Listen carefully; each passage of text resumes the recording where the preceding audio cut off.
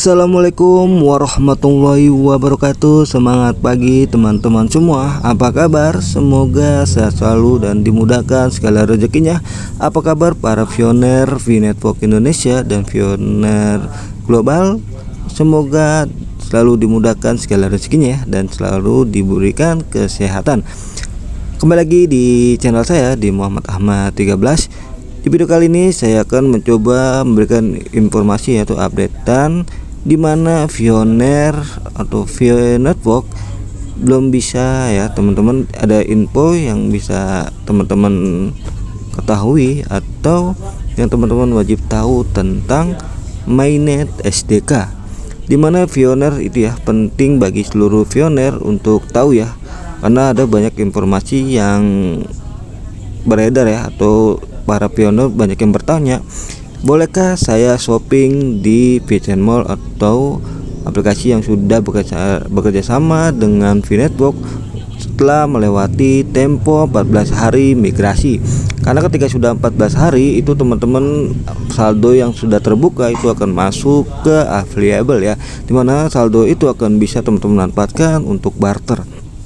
Tapi info yang kita tahu dari Core Team ya, dimana kita belum bisa untuk shopping atau barter koin kita karena Core Team membutuhkan mainnet SDK untuk beroperasi dalam mainnet. Jadi dalam video Dr. Nicholas ya sudah diinfokan untuk akan rilis ya mainnet SDK, cuman kita belum tahu untuk tanggal kepastiannya karena Dr. Nicholas juga tidak memberikan atau mengasih tahu untuk tanggalnya atau kapan SDK mainnet VNetwork rilis ya. Jadi kita akan belajar teman-teman tentang memahami, banyak mungkin orang bertanya SDK itu apa sih, terus bagaimana peran penting SDK di mainnet VNetwork ini. Oke teman-teman, kita akan masuk ke materi penjelasan apa itu SDK. Penjelasan SDK adalah seperangkat alat dan program perangkat lunak yang digunakan pengembang untuk membangun aplikasi untuk platform tertentu. Alat SDK akan mencakup berbagai hal termasuk perpustakaan, dokumentasi, contoh ya, kode, proses, dan pedoman yang dapat digunakan dan integrasikan oleh pengembang dengan aplikasi mereka. SDK dikembangkan untuk platform atau bahasa pemrograman tersebut. Dan mainnet SDK ini akan segera rilis ya teman-teman, setelah cukup banyak orang bermigrasi untuk memungkinkan aplikasi diterapkan di mainnet dan membuat utilitas untuk pioner. Aplikasi V akan dapat beralih dari testnet ke mainnet ke mode produksi pada dasarnya untuk transaksi fee yang sebenarnya. Aplikasi yang dirilis selama periode ini akan mencakup aplikasi yang dibuat oleh pengembang, komunitas, dan tim inti. Pioners yang telah bermigrasi ke mainnet akan dapat menggunakan fee mereka di aplikasi fee ya. Jadi kesimpulannya, SDK fee wajib adalah tertaut di platform untuk menghubungkan transaksi melalui platform ke server fee dan lanjutkan ke blockchain fee untuk tiap masing-masing proses entitasnya. Dan juga SDK fee testnet ya, sebelumnya yang sudah kita lakukan di uji coba transaksi testnet melalui platform ya. Dan sekarang masuk ke SDK fee mainnet yang nantinya akan segera rilis di announcement Core Team agar setiap developer dapat mengembangkan SDK fee sebelumnya menjadi SDK fee mainnet ya untuk transaksi jaringan utama. Jadi saat semua sudah selesai ya teman-teman, terutama penyediaan layanan platform dan mekanisme pembayaran SDK fee, tentu juga akan segera kita bisa melakukan transaksi dengan koin fee mainnet kita. Jadi SDK ini sangat penting ya, sebelum kita melakukan barter atau transaksi, kita tunggu informasi tentang rilisnya mainnet SDK.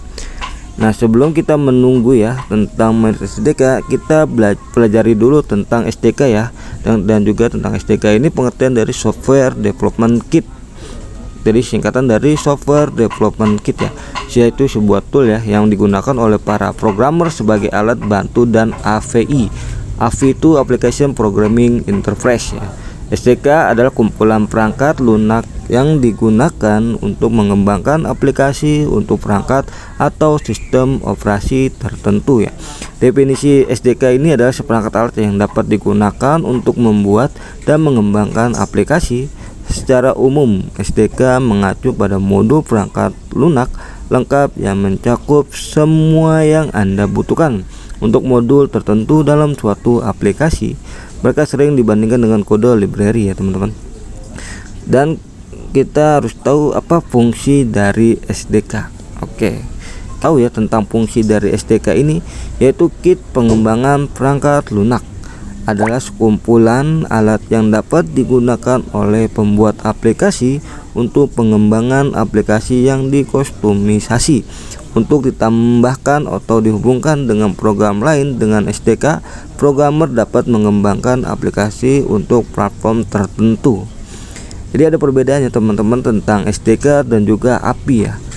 Dan juga perbedaannya itu, perbedaan sebenarnya adalah bahwa API sebenarnya hanyalah antara muka untuk layanan, sedangkan SDK adalah alat komponen atau fragmen kode yang telah dibuat untuk tujuan tertentu. Jadi seberapa pentingkah SDK? Tanpa SDK, banyak fungsi per bit ya harus dikembangkan dari nol. Dengan SDK, Anda tidak hanya membuat alat baru secara efisien, tetapi juga mempermudah proses bagi semua orang yang terlibat karena semua per bit lah. Fitur baru ini perlu dibuat kompatibel dengan sistem saat ini. Jadi memahami perbedaannya teman-teman antara API dan SDK dan mengetahui kapan harus menggunakannya sangat penting untuk membina ekosistem pengembangan. Inilah kenapa P-Network sangat penting SDK mainnet ya. Kita tunggu rilis dari core team ya. Kita lanjut pembahasannya ya teman-teman. Dalam dasar pengembangan modern, kedua alat ini dan sinkronisasi antara keduanya adalah kekuatan pendorong di balik komunikasi web ya. Di balik komunikasi web dan implementasi API pihak ketiga. Jadi API sendiri hanyalah sebuah antarmuka ya, yang memungkinkan perangkat lunak untuk berinteraksi dengan perangkat lunak lain. Jadi API tersedia dalam berbagai bentuk dan ukuran perambanan yang kemungkinan akan digunakan pembaca untuk membaca dengan cermat menggunakan program set API untuk mengubah perintah pengguna menjadi fungsi yang dapat digunakan, meminta data dari server, membuat data menjadi format yang dapat dilihat dari pengguna, dan memvalidasi kinerja dari permintaan mereka. Itulah pentingnya SDK bagi P-Network ya. Jadi kita tunggu hasil dari mainnet SDK yang akan rilis ya. Kalau SDK sudah rilis, maka ya, teman-teman yang sudah masuk koinnya ke available itu akan bisa digunakan untuk transaksi atau barter ya teman-teman. Jadi untuk manfaat seringkali dimanfaatkan untuk menambahkan fitur-fitur yang relatif ya sederhana. Contoh seperti Facebook SDK yang menggunakan developer untuk mengintegrasikan fitur login with Facebook dalam aplikasi atau situs webnya ya teman-teman. Dan juga contoh juga seperti software development kit ya, seperti Windows 7 software development kit, Macintosh OS X dan juga iPhone SDK dan juga lain-lain. Karena saking mudahnya menggunakan software development kit, banyak program yang membuat satu aplikasi menggunakan berbagai software development kit atau SDK. Hal ini cukup mengkhawatirkan karena tidak semua software development kit aman untuk kita gunakan. Jadi dan tidak sedikit yang menyisipkan program jahat seperti virus dan malware yang mengumpulkan data pribadi menggunakan secara diam-diam. Itulah kita membutuhkan SDK dalam setiap software. Kita harus memilih dengan bijak ya software development kit apa yang bagus dan mana yang tidak sesuai. Semua kembali kepada keputusannya masing-masing. Jadi penjelasan tentang SDK ini yaitu sekali lagi software development kit ya teman-teman. Jadi P-Network akan merilis mainnet SDK untuk nanti persiapkan berikutnya. Mungkin nanti ketika sudah rilis ya mungkin nanti ada uji cobanya juga, baru nanti teman-teman akan merasakan hasil mining teman-teman ya. Ketika sudah masuk ke migrasi dan available, maka when available teman-teman akan siap ditransaksikan ya di barter yang sudah diresmikan sama P-Network atau vendor-vendor atau aplikasi vendor yang sudah bekerja sama dengan P-Network. Jadi itu ya teman-teman, penjelasan tentang SDK sedikit, semoga bisa menambah wawasan teman-teman ya. Jadi SDK ini sebuah tool ya teman-teman, digunakan oleh para programmer sebagai alat bantu dan ahli. Jadi SDK adalah pengumpulan perangkat lunak yang digunakan untuk mengembangkan aplikasi untuk perangkat atau sistem operasi tertentu. Jadi itu penjelasan tentang SDK, semoga bermanfaat untuk teman-teman yang mungkin belum tahu tentang SDK ya. Mungkin bagi teman-teman banyak yang sudah tahu SDK ya, cuman ini hanya sebagai penjelasan sedikit aja, penjelasan tentang SDK ya. Semoga bermanfaat untuk teman-teman semua para pioner V Network Indonesia. Semua tetap semangat ya teman-teman, jangan pernah menyerah, terus konsisten klik petirnya ya. Dan juga bagi teman-teman yang belum KYC, nanti akan tetap akan mendapatkan undangan yang mungkin bergilir ya, mungkin agak lama. Bagi teman-teman yang sudah migrasi, dipentingkan untuk menyimpan kode perasa teman-teman, jangan sampai lupa. Semoga penjelasan tentang SDK ini bisa membantu penguasaan para pioner ya tentang penjelasan mainnet SDK. Oke, itu aja penjelasannya, semoga bermanfaat. Jika ada salah kata mohon dimaafkan. Salam.